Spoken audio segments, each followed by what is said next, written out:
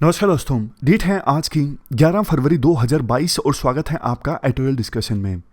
आज 3 इश्यूज हम डिटेल से डिस्कस करेंगे। सबसे पहले लोकल जॉब लॉज से संबंधित, दूसरा आर्टिकल एमएसपी से संबंधित और तीसरा आर्टिकल मलयालम एक न्यूज चैनल है उसके लाइसेंस को रिन्यू करने की इजाज़त नहीं दी है। मिनिस्ट्री ऑफ आईएनबी ने मामला गया केरला हाईकोर्ट में। केरला हाईकोर्ट ने सरकार के फैसले का समर्थन किया है, उसी पर यह आर्टिकल है। डिस्कशन स्टार्ट करने से पहले एक एथिक्स का क्वेश्चन मैं आपसे पूछता हूं।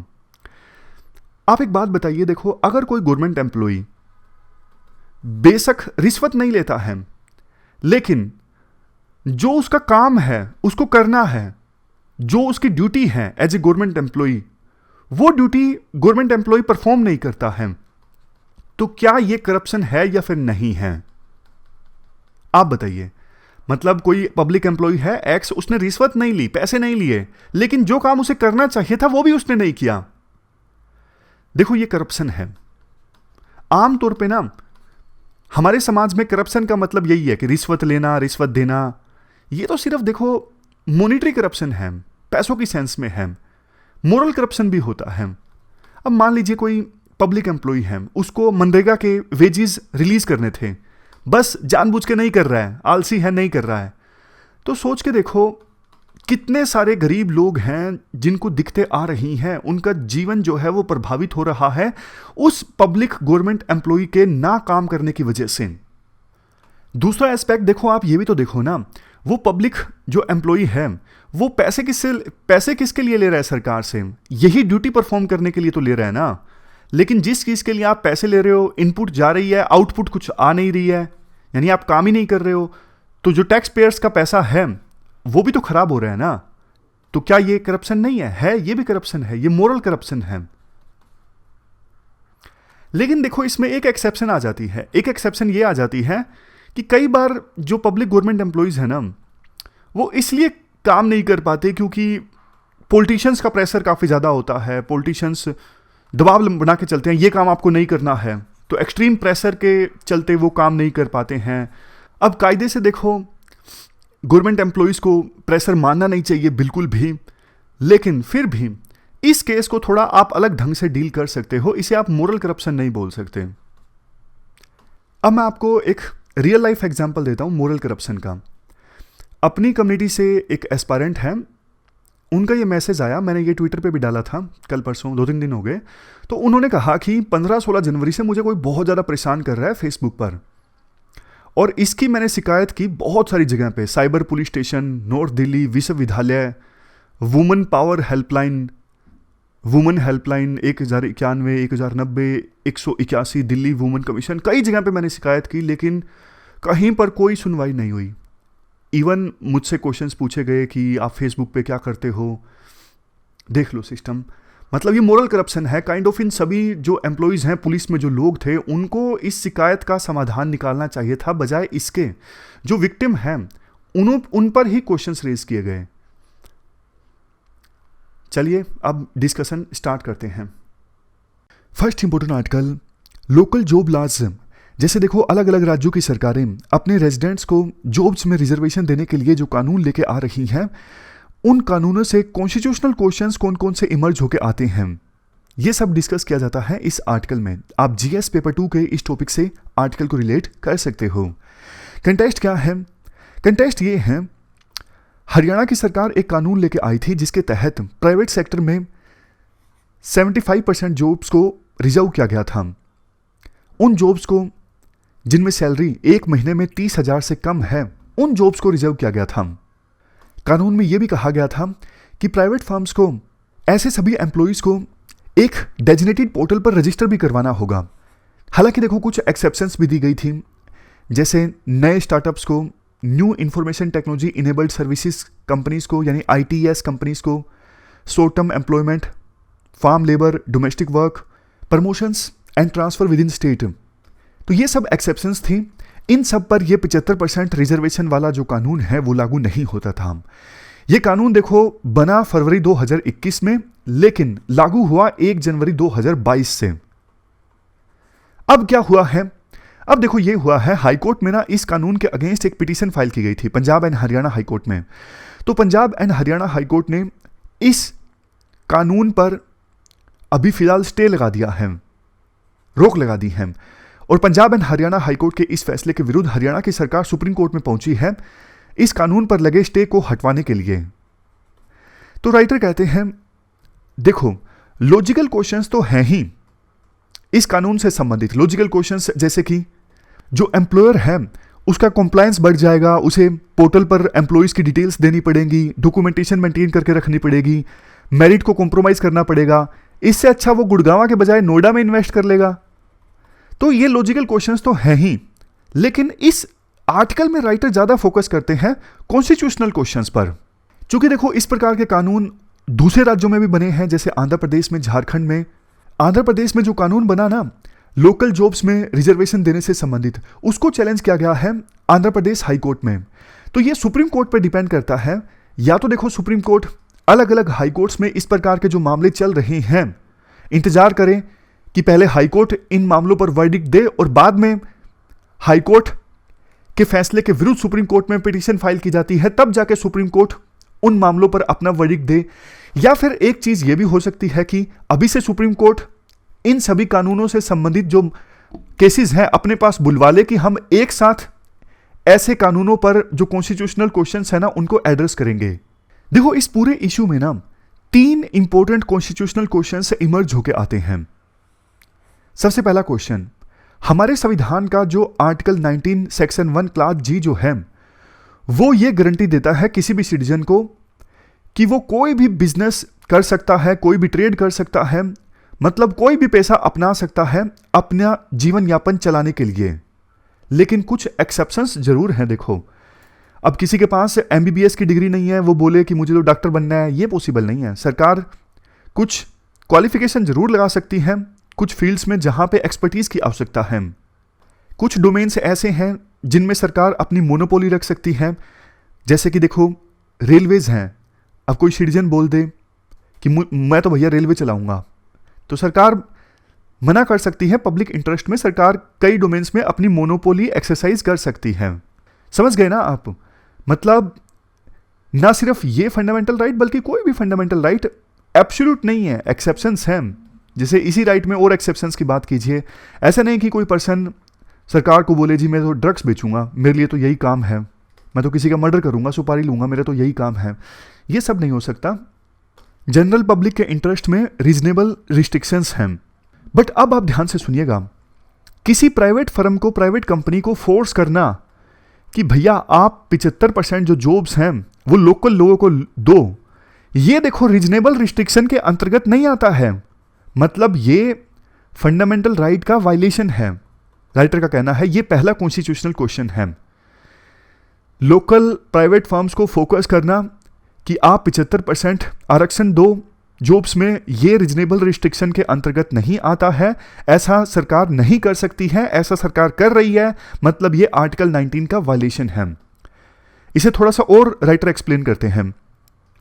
देखो 2002 में ना सुप्रीम कोर्ट का एक वर्डिक्ट आया था TMA पाई फाउंडेशन केस में, जिसमें सुप्रीम कोर्ट ने कहा था प्राइवेट एजुकेशनल इंस्टीट्यूशंस को ऑटोनमी है अपनी मैनेजमेंट अपने आप से चलाने की, अपना एडमिनिस्ट्रेशन खुद से चलाने की।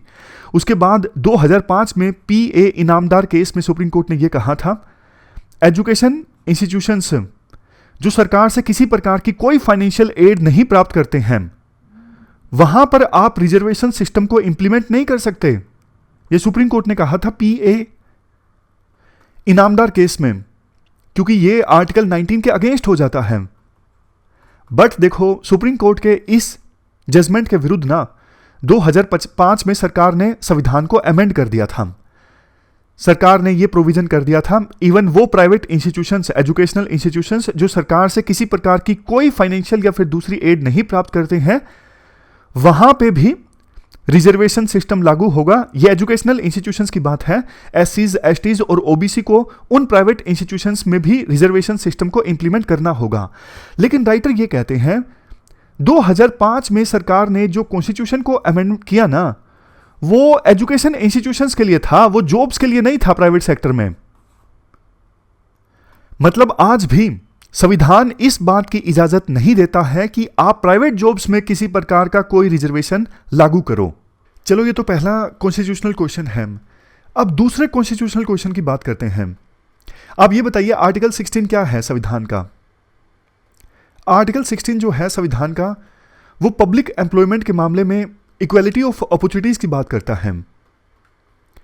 सबको, देश के सभी सिटीजन्स को एम्प्लॉयमेंट के मामले में इक्वल अपॉर्चुनिटीज मिलेंगी।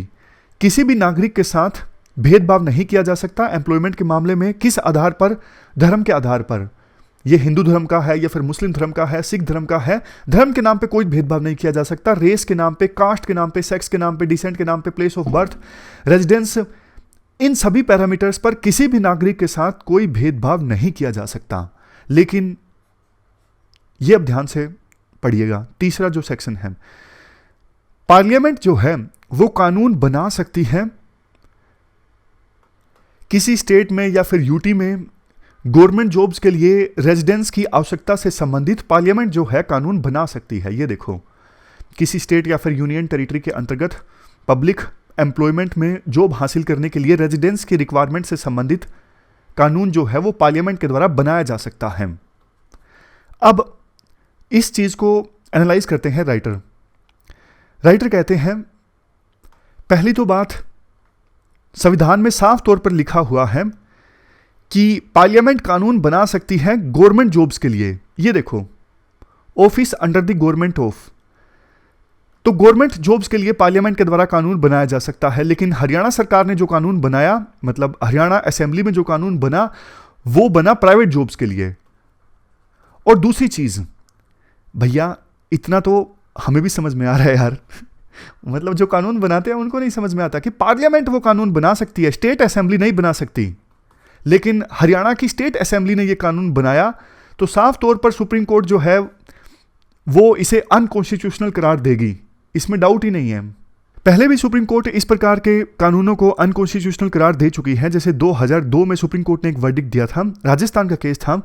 राजस्थान ने किसी जॉब में, टीचर्स की जॉब्स थी, तो पर्टिकुलर रीजन के जो एप्लीकेंट्स थे ना उनको प्रायोरिटी दी थी, तो सुप्रीम कोर्ट के अनुसार ये अनकॉन्स्टिट्यूशनल है। 1995 में आंध्र प्रदेश में रूल्स आए थे, और जो लोग जिन्होंने तेलुगु मीडियम में स्टडी की है ना उनको प्रायोरिटी दी जा रही थी, लेकिन सुप्रीम कोर्ट ने इसे अनकॉन्स्टिट्यूशनल करार दिया और कहा कि ये मेरिटोरियस जो कैंडिडेट्स हैं उनके साथ डिस्क्रिमिनेशन हो रहा है। अब बात करते हैं तीसरे क्वेश्चन की। तीसरा कॉन्स्टिट्यूशनल क्वेश्चन ये निकल के आता है, 1992 में जो इंदिरा साहनी का केस था ना, इसमें सुप्रीम कोर्ट ने साफ तौर पे बोला था कि पब्लिक सर्विसेज में जो रिजर्वेशन है ना वो 50% से ज़्यादा नहीं हो सकता। एक्सेप्शन हो सकती है, जैसे तमिलनाडु में है, तमिलनाडु में 69% की रिजर्वेशन है, बट एक्सेप्शन जो हो ना वो रेयर केसेस में हो, जैसे दूर दराज के एरियाज में जो पॉपुलेशन रह रही है उनके लिए एक्सेप्शनल सर्कमस्टांसेस होनी चाहिए, तभी इस 50% रिजर्वेशन की जो लिमिट है ना इसे तोड़ा जा सकता है। तेलंगाना, राजस्थान, महाराष्ट्र, हाल फिलहाल में इन सभी राज्यों ने 50% रिजर्वेशन की लिमिट को ब्रेक किया। महाराष्ट्र में आपको पता है मराठास को रिजर्वेशन दिया गया और 50% से ज़्यादा हो गया रिजर्वेशन, तो सुप्रीम कोर्ट ने इसे स्ट्राइक डाउन कर दिया और बोला सुप्रीम कोर्ट ने कि भैया 50% की लिमिट अगर क्रॉस होती है ना रिजर्वेशन में तो इक्वालिटी का जो ऑब्जेक्टिव है ना वो खत्म हो जाता है। 50% से ज़्यादा रिजर्वेशन अगर हो जाता है तो फिर तो हमारी सोसाइटी जो है वो कास्ट बेस्ड सोसाइटी हो जाएगी, इक्वालिटी कहाँ रहेगी, समझ रहे हो। ये सुप्रीम कोर्ट ने कहा था जब सुप्रीम कोर्ट ने मराठास के लिए दिया गया रिजर्वेशन को स्ट्राइक डाउन किया था। हरियाणा का जो ये एक्ट है 75% वाला, ये देखो कास्ट रूल को तो फर्दर नहीं करता है, लेकिन ये हमारे देश में इक्वालिटी ऑफ सिटीजन्स के अगेंस्ट है, मतलब इक्वालिटी ऑफ ऑल सिटीजन्स का जो कंसेप्ट है ना उसके बेशक ये अगेंस्ट है।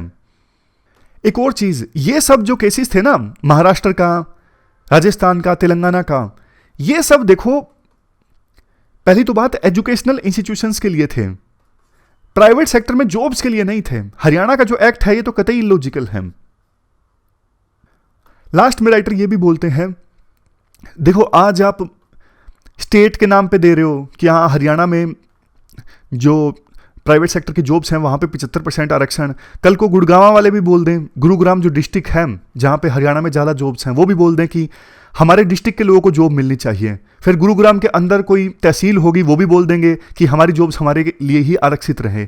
ऐसे तो देश टूटता नहीं जाएगा, है ना। मतलब किस लेवल तक तोड़ोगे आप देश को? स्टेट के नाम पे तोड़ोगे, फिर जिले के लेवल पे तोड़ोगे, फिर तहसील के नाम पे लेके आओगे, फिर गांव के नाम पे लेके आओगे कि गांव के जॉब्स गांव में रहनी चाहिए। हमारा संविधान देखो एक नेशन की परिकल्पना करता है, एक ऐसा देश का निर्माण हम कर रहे हैं जिसमें सभी सिटीजन्स के पास इक्वल राइट्स हैं, वो कहीं भी मूव कर सकते हैं, ट्रैवल कर सकते हैं, वर्क कर सकते हैं। लेकिन हरियाणा की सरकार का ये जो कानून है ना, ये इनडायरेक्टली कुछ दूसरे राइट्स को भी प्रभावित करता है, जैसे राइट टू रिजाइड।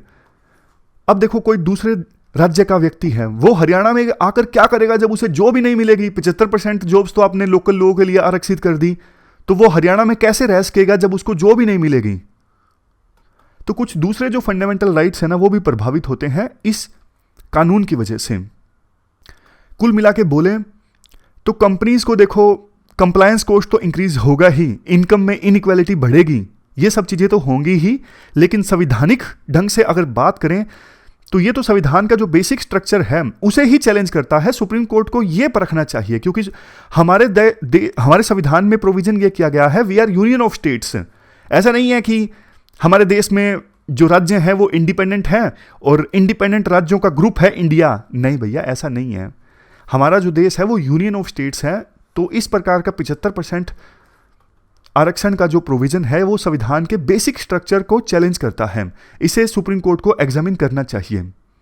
अब देखो, अगर इस इशू के पक्ष में, यानी हरियाणा का जो कानून है इसके पक्ष में आपको पॉइंट्स देने हों, वैसे तो आप इसके पक्ष में पॉइंट दोगे नहीं, ऑल इंडिया सर्विसेज आपको ज्वाइन करनी है तो जाहिर तौर पर आप खिलाफत ही करोगे। लेकिन आंसर राइटिंग के लिए कुछ पॉइंट्स अगर आपको देने हों तो आप इस प्रकार के पॉइंट्स दे सकते हो। हरियाणा का जो कानून है ये लोकल यूथ को एम्पावर करने के लिए है। जॉब्स नहीं जनरेट हो रही हैं इनफ, और हरियाणा में अनएम्प्लॉयमेंट काफ़ी ज़्यादा है। इस वजह से ये कानून जो है वो गलत नहीं है।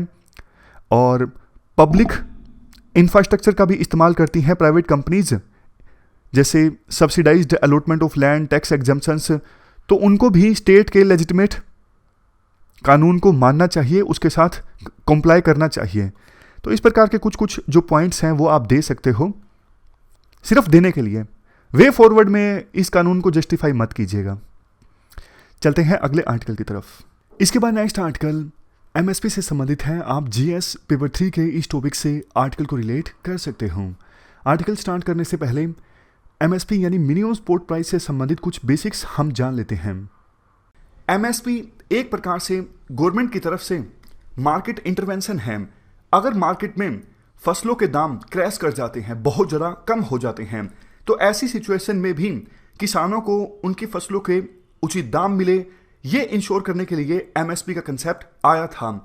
सबसे पहले सरकार की तरफ से एमएसपी को डिक्लेयर किया गया था 1966-67 में।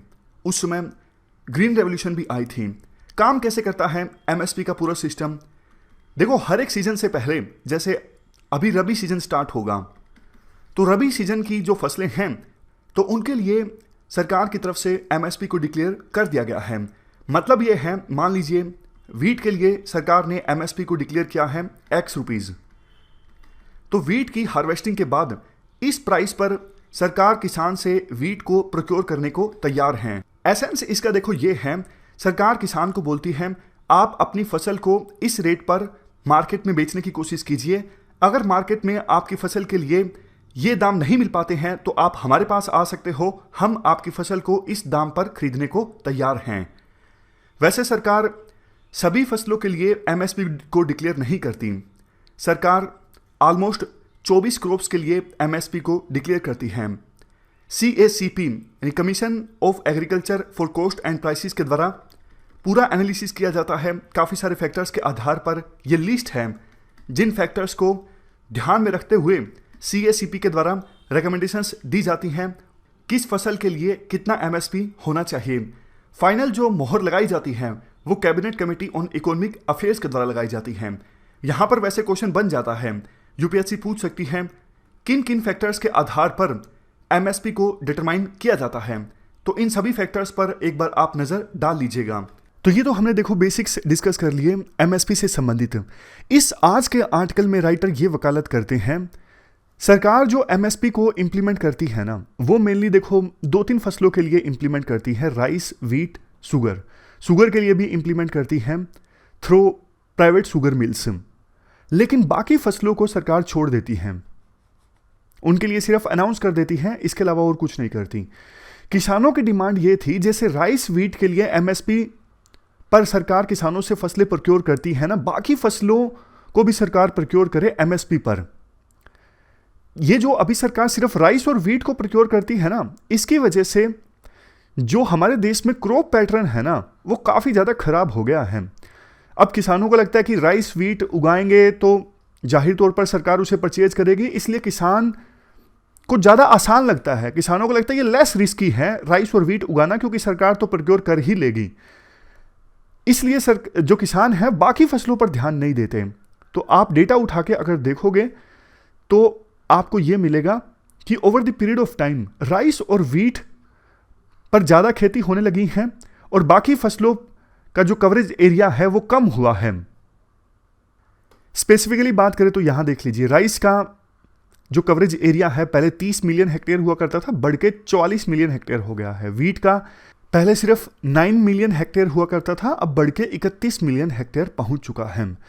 जबकि बाकी जो फसलें हैं ना, जैसे ज्वार बाजरा, इनका कवरेज एरिया काफ़ी कम हुआ है। इसके बाद राइटर ये बोलते हैं, देखो इंडिया में 68% जो एग्रीकल्चर है ना वो रेन फेड है, यानी किसान बारिश पर डिपेंड करते हैं खेती के लिए। तो यहाँ पर जो फसलें उगाई जाती हैं ना वो ज़्यादा ड्रोट रेसिस्टेंस होती हैं, न्यूट्रिशियस होती हैं।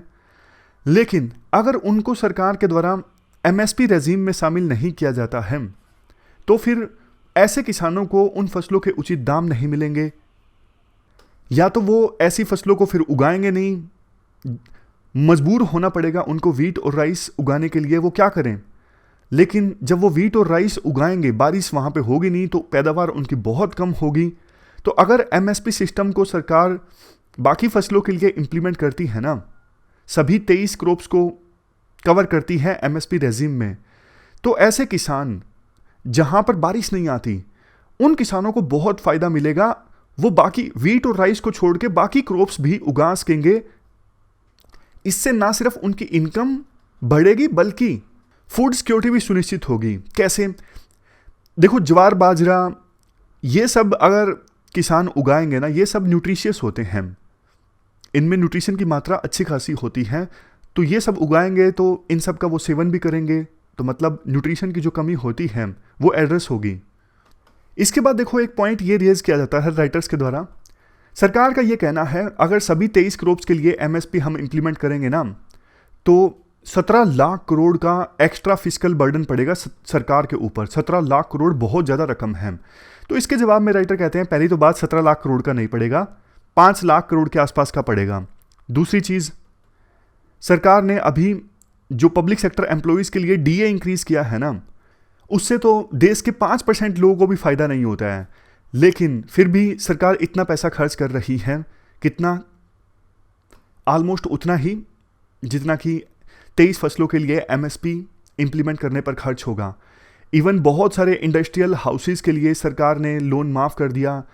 ऊपर से अगर सभी 23 क्रॉप्स के लिए एमएसपी इंप्लीमेंट करती है तो इसका फ़ायदा देश की आधे से ज़्यादा जनता को होगा डायरेक्टली, और 20-25% जनता को इनडायरेक्टली फ़ायदा होगा। राइटर ये भी कहते हैं, सोच के देखिए, इतने सारे लोगों की अगर देश में इनकम बूस्ट होगी तो वो लोग मार्केट में आके पैसा खर्च करेंगे तो फिर कंपनीज की जो डिमांड है वो बढ़ेगी, मतलब इकोनॉमिक एक्टिविटीज़ जो हैं हमारे देश में ज़्यादा होगी। मतलब कहने का ये है साफ साफ, अगर ये 23 क्रॉप्स के लिए एमएसपी को इंप्लीमेंट किया जाता है तो देश की जीडीपी में इसका योगदान होगा। ओवरऑल जो हम बार बार बात करते हैं, डिमांड होनी चाहिए इकोनॉमी में, हमारे देश की जो डिमांड है वो बूस्ट होगी, प्रोडक्शन ज़्यादा होगी, इकोनॉमिक एक्टिविटीज़ ज़्यादा होंगी, इकोनॉमिक ग्रोथ ज़्यादा होगी।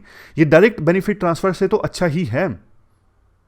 इसके बाद एक सजेशन राइटर ये देते हैं, जो किसान देखो डेट के बोझ तले दब जाते हैं ना, उस चीज़ को एड्रेस करने के लिए एक प्रोविज़न ये किया जा सकता है, किसान जब एमएसपी पे अपनी फसल बेचे ना, उसको लिंक किया जा सकता है बैंक गारंटी के साथ। कैसे, जब किसान अपनी फसल को एमएसपी पर बेचेगा ना तो उसको एक सर्टिफिकेट मिल जाएगा, उसके अकाउंट में क्रेडिट पॉइंट्स जो हैं वो ऐड हो जाएंगे कि किसान ने इतने फसल बेची है इतने एमएसपी पर, तो उसके अकाउंट में क्रेडिट पॉइंट्स अपने आप डल जाएंगे।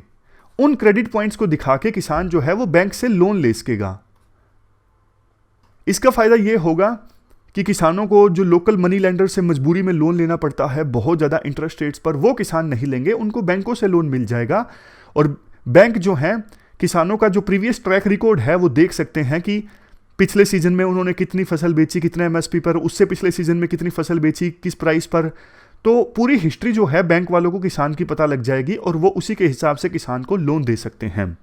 लास्ट सजेशन राइटर का ये है, अभी देखो अगर सभी क्रॉप्स के लिए एमएसपी सिस्टम सरकार इंप्लीमेंट करे ना, तो इंप्लीमेंटेशन में जो लोकल बॉडीज है ना उनका रोल होना चाहिए, जो लोकल पंचायत्स हैं उनका रोल होना चाहिए। यानी डिसेंट्रलाइजेशन ढंग से, डिसेंट्रलाइज्ड तरीके से सरकार इस एमएसपी सिस्टम को इंप्लीमेंट करे तो इफेक्टिव ढंग से सरकार सभी 23 क्रॉप्स के लिए एमएसपी सिस्टम को इंप्लीमेंट कर सकती है। पॉइंट क्या है? पॉइंट है decentralisation in implementation of MSP system. तो ये पूरा आर्टिकल हमने डिस्कस किया एमएसपी से संबंधित। इसके बाद नेक्स्ट जो आर्टिकल है वो देखो जुडिशरी की फंक्शनिंग से संबंधित है। क्या कंटेस्ट है? देखो मीडिया वन एक न्यूज चैनल है मलयालम लैंग्वेज में, केरला में चलता है। इसको ना इसके जो लाइसेंस है ना उसको रिन्यू नहीं किया था मिनिस्ट्री ऑफ INB ने, यानी इंफॉर्मेशन एंड ब्रॉडकास्टिंग ने। इस वजह से रिन्यू नहीं किया था क्योंकि यूनियन होम मिनिस्ट्री ने सिक्योरिटी क्लियरेंस देने से मना कर दिया था। तो उसके बाद ministry of information and broadcasting ने इस चैनल का लाइसेंस रिन्यू नहीं किया। तो ये मामला पहुंचा केरला हाईकोर्ट में। केरला हाईकोर्ट ने सरकार के स्टैंड को इंडोर्स किया है। केरला हाईकोर्ट ने कहा कि ये नेशनल सिक्योरिटी इशू है, इस वजह से जो नेचुरल जस्टिस के प्रिंसिपल्स हैं उनको ऑब्जर्व करने की आवश्यकता नहीं है। गवर्नमेंट ने ये क्लेम किया था सफिशिएंट रीजंस हैं जिसकी वजह से सिक्योरिटी क्लियरेंस नहीं दी गई है इस चैनल को, इस वजह से मिनिस्ट्री ऑफ INB ने इस चैनल के लाइसेंस को रिन्यू नहीं किया। लेकिन सरकार ने यानी मिनिस्ट्री ऑफ होम ने साफ तौर पे नहीं बताया कि क्या सिक्योरिटी कंसर्न्स हैं। तो आज के इस आर्टिकल में राइटर ये कहते हैं, देखो ये काफ़ी दुखद है, अनफॉर्चुनेट है कि केरला हाईकोर्ट ने सरकार के जो तर्क थे उनको सील्ड कवर में एक्सेप्ट कर लिया, लेकिन पिटिशनर को यानी चैनल वालों को दिखाया भी नहीं कि क्या इंटेलिजेंस के इनपुट्स हैं जिसकी वजह से हमारे चैनल को बंद किया गया है। राइटर के अनुसार केरला हाईकोर्ट की ये जो जजमेंट है ना, ये उन तर्कों के भी अगेंस्ट है कि जब फंडामेंटल राइट का वायलेशन होना तो रीजनेबल ग्राउंड्स होने चाहिए, तभी फंडामेंटल राइट्स का वायलेशन हो। और जब वायलेशन हो तो वो टेस्ट ऑफ प्रोपोर्शनैलिटी पर खरा उतरे, मतलब जितनी आवश्यकता है उसी प्रोपोर्शन में फंडामेंटल राइट का वायलेशन हो। ऐसा नहीं कि आवश्यकता थी बिल्कुल ही कम छोटी सी चीज़ के लिए लेकिन आपने ज़बरदस्त ढंग से फंडामेंटल राइट को वायलेट कर दिया। नहीं, प्रोपोर्शन जरूर एड्रेस होना चाहिए। जैसे मैं आपको एग्जांपल देता हूँ थोड़ा थोड़ा, पता नहीं एग्जांपल यहाँ पे फिट बैठेगा या नहीं बैठेगा, लेकिन आप एसेंस समझ जाओगे। मान लीजिए फेसबुक पे कोई पोस्ट वायरल हो गई जिसके बाद दो पक्षों के बीच में लड़ाई हो गई। वो पोस्ट जो थी वो हेट्रेड वाली थी, लेकिन इसके लिए आप पूरी फेसबुक को ही बंद कर दोगे, सरकार बोले कि हाँ हम तो फेसबुक को ही बंद कर देंगे क्योंकि ये उस पोस्ट को नहीं रोक सकी, तो ये तो फेसबुक वालों के जो फंडामेंटल राइट है उनका वायलेशन हो जाएगा। इवन जनता जो फेसबुक को यूज करती है उनका भी फंडामेंटल राइट का वायलेशन हो जाएगा ना। तो यहां पे उचित कार्रवाई ये होती, सरकार फेसबुक के खिलाफ कार्रवाई कर सकती थी कि आप हेट्रेड वाली स्पीच को नहीं रोक सके। एसेंस आप समझ गए ना कि जिस एक्सटेंट में आवश्यकता है उतना ही फंडामेंटल राइट का वायलेशन होना चाहिए, मतलब कि अगर वायलेशन हो तो वो टेस्ट ऑफ प्रोपोर्शनैलिटी पर खरा उतरे।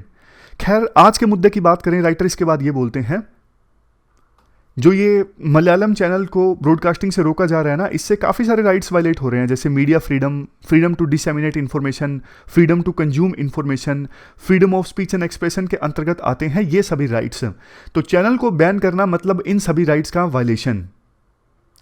लेकिन कोर्ट ने इन सभी एस्पेक्ट्स पर ध्यान नहीं दिया सुनवाई के दौरान। हाल फिलहाल में इवन सुप्रीम कोर्ट ने अपने एक जजमेंट में कहा था नेशनल सिक्योरिटी को आप एक बहाने के तौर पे इस्तेमाल नहीं कर सकते। स्टेट ने जो रिस्ट्रिक्शंस इंपोज की हैं उसके जुडिशियल एग्जामिनेशन को रोकने के लिए, यानी जुडिशियल रिव्यू तो होगा अगर स्टेट ने नेशनल सिक्योरिटी के नाम पे रिस्ट्रिक्शंस लगाई हैं तो भी। इवन देखो जब पेगासस का मामला सामने आया ना, तो भी सरकार ने कहा ये नेशनल सिक्योरिटी का मामला है, लेकिन कोर्ट ने कमेटी गठित की, आपको याद होगा, फ्री पास सरकार को नहीं दिया इस मुद्दे पर। तो ये सारी बातें जब बोली गई केरला हाईकोर्ट को, तो केरला हाईकोर्ट ने कहा देखो वो राइट टू प्राइवेसी का मामला था, लेकिन ये जो मामला है मीडिया वन मतलब केरला के मलयालम चैनल का, ये अलग केस है, दोनों को आपस में आप लिंक नहीं कर सकते। तो इसके जवाब में राइटर कहते हैं लिंक कर सकते हैं।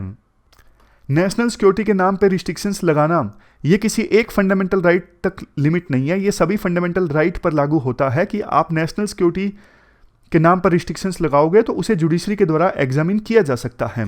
लेकिन केरला हाईकोर्ट ने इसे नहीं माना। अब मामला सुप्रीम कोर्ट में शायद जाएगा, तो देखने वाली बात होगी कि सुप्रीम कोर्ट इस इशू पर क्या स्टैंड लेता है।